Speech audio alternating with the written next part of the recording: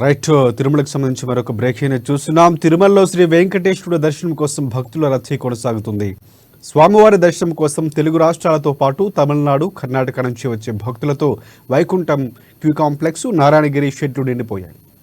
ఇక శ్రీవారి సర్వదర్శనానికి వైకుంఠ క్యూ కాంప్లెక్స్లోని అన్ని కంపార్ట్మెంట్లు నిండి వెలుపల వరకు నిల్చొని ఉన్నారు భక్తులు. ఎలాంటి టోకెన్లు లేని వారికి 18 గంటల సమయం పడుతుందని టీటీడీ అధికారులు వెల్లడించారు. కాగా 80,744 మంది భక్తులు నిన్న శ్రీవారిని దర్శించుకున్నారు. నిన్న శ్రీవారి హుండీకి 3,67,00,000 రూపాయలు ఆదాయం సమకూరింది. ఇక క్యూ లైన్లో ఉన్న భక్తులకు అధికారులు తాగునీరు, అన్నప్రసాదాలు, పాలు అందిస్తున్నారు. టీటీడీ భద్రతా అధికారులు ఎప్పటికప్పుడు పర్యవేక్షిస్తూ భక్తులకు ఇబ్బందులు లేకుండా తగిన చర్యలు తీసుకుంటున్నారు.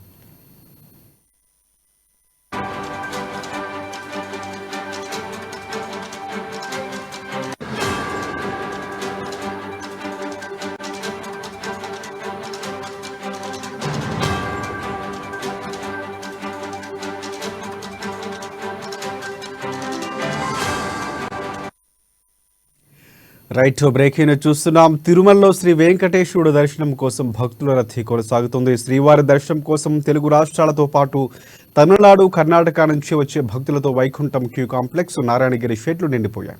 శ్రీవారి సర్వదర్శనానికి వైకుంఠం క్యూ కాంప్లెక్స్లోని అన్ని కంపార్ట్మెంట్లు నుండి వెలుపల వరకు నిల్చున్నారు భక్తులు. ఎలాంటి టోకెన్లు లేని వారికి 18 గంటల సమయం పడుతుందని టీటీడీ అధికారులు వెల్లడించారు. కాగా 80,744 మంది భక్తులు నిన్న శ్రీవారిని దర్శించుకున్నారు. దీంతో శ్రీవారి హుండీ ఆదాయం 3,67,00,000 రూపాయలు చేకూరింది.